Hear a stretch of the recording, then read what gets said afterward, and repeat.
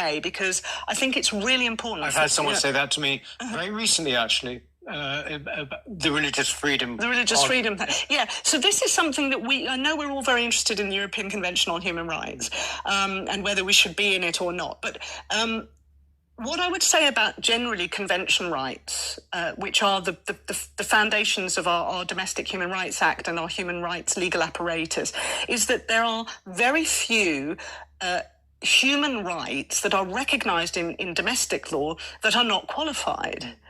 And people forget this. And I think they forget this because we live in a legal culture which is now politicised to the extent that everything's about rights, nothing about the social contract, nothing about obligations. But if you look at human rights as actually properly embedded in a social contract, you don't have an unqualified right to anything pretty much except the right to life. Yeah. Okay, and even that's qualified, as we've seen, when it comes to female fetuses.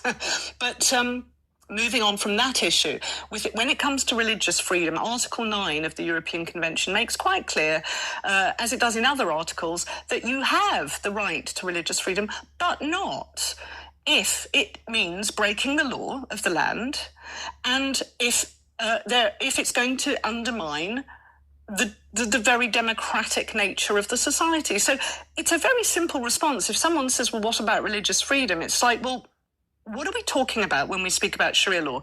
Does it offend the principle of formal equality between the sexes? Yeah, okay, well, there's no right there.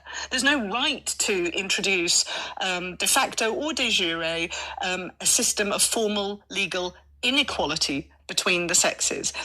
Is there a right to religious freedom such that the entire legal jurisdiction of England and Wales is called into question, rendering it balkanised, unstable and susceptible to violent conflict? No, there's no such right. Do you see that